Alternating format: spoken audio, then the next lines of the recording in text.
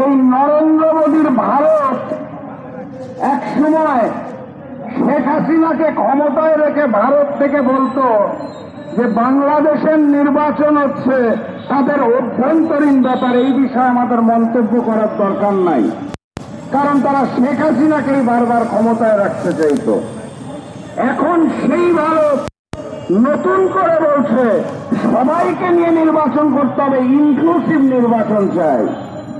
শেখ হাসিনার জন্য 16 বছর এক্সক্লুসিভ নির্বাচন আয়োজন করে ভারত এখন বাংলাদেশে ইনক্লুসিভ নির্বাচন চায়। এইটা হচ্ছে নরেন্দ্র মোদীর সেই নগ্ন বেহায়া চরিত্র।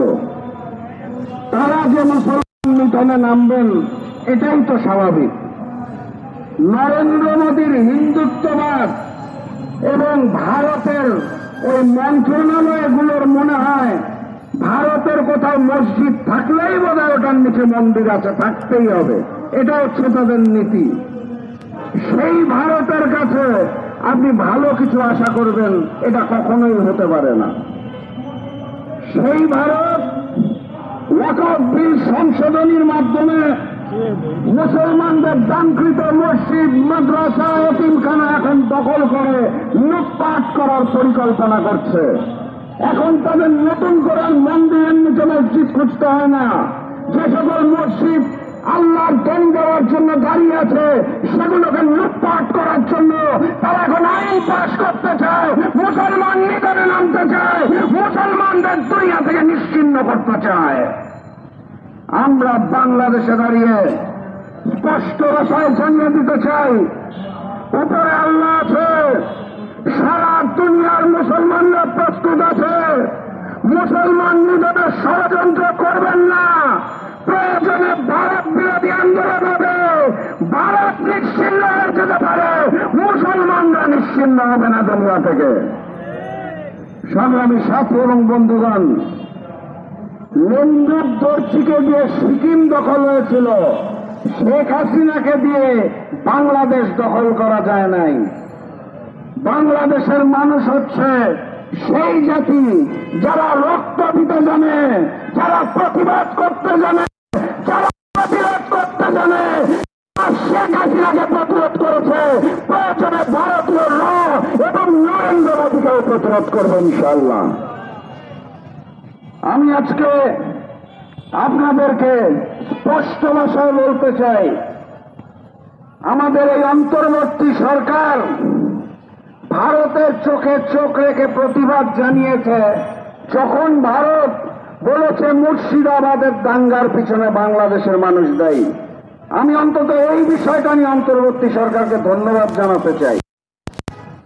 সেই প্রতিবাদের পরিপ্রেক্ষিতে গতকাল ভারতের স্বরাষ্ট্র মন্ত্রণালয় থেকে বলেছে যে বাংলাদেশ যে প্রতিবাদ করেছে এটা নাকি লোক দেখানোর প্রতিবাদ, এই প্রতিবাদ নাকি অবাচ্ছিন, এই প্রতিবাদের নাকি কোনো প্রয়োজন ছিল না। আমরা যখন বাংলাদেশ থেকে বলেছি যে ভারতে মুসলমানদের উপর অত্যাচার করা হচ্ছে, সংখ্যালঘু মুসলমানদের নিরাপত্তা দিতে হবে, তখন ভারত সরকার সেটার বিরূপ প্রতিক্রিয়া জানায় আমাদের। এটা হচ্ছে সেই নরেন্দ্র মোদীর ভারত সরকার যারা শেখ হাসিনার পতনের পর আমার দেশের হিন্দু ভাইদের নিয়ে কথা বলেন। বাংলাদেশের হিন্দু সমাজ, বৌদ্ধ সমাজ, খ্রিস্টান সমাজ মুসলমানদের সাথে একত্রিতভাবেই থাকে। বাংলাদেশের হিন্দুদের কোনো আতঙ্ক নাই। বাংলাদেশে হিন্দু মুসলমান ভাই ভাই, আপনারা ভারত বরং আপনার দেশের মুসলমানদের রক্ষা করুন। মাত্র রমজান মাস যে শেষ হলো, সেই রমজান মাসেও হোলি উৎসবের নাম করে হিন্দুস্তানের উগ্র হিন্দুরা মুসলমানদের উপর আক্রমণ করেছে। মসজিদে যেটা বাধা দেওয়া হয়েছে, আর এই ওয়াকফ আইন নিয়ে কি বলবো, সংশোধনী নিয়ে কি বলবো। এখন তো তাদের পরিকল্পনা হচ্ছে সারা ভারত থেকে যত মসজিদ, মাদ্রাসা, এতিমখানা আছে তাকে উচ্ছেদ করে দেওয়া। আমি বাংলাদেশের একজন ক্ষুদ্র সচেতন রাজনৈতিক কর্মী হিসেবে মিডিয়ার ভাই এবং বোনদের মাধ্যমে জানিয়ে দিতে চাই, বাংলাদেশের মানুষ হিন্দুস্তানের মুসলমানদের অপমান সহ্য করবে না। ইনশাআল্লাহ হিন্দুস্তানের মুসলমান ভাইদের সাথে আমরা আছি।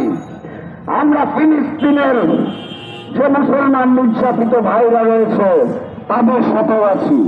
আজকে আর বক্তব্য দীর্ঘায়িত করবো না, শুধু বলে দিয়ে যেতে চাই, ওই ইহুদিদের জায়নবাদ আর হিন্দুস্তানের হিন্দুত্ববাদকে বাংলার মুসলমানরা প্রতিরোধ করবে।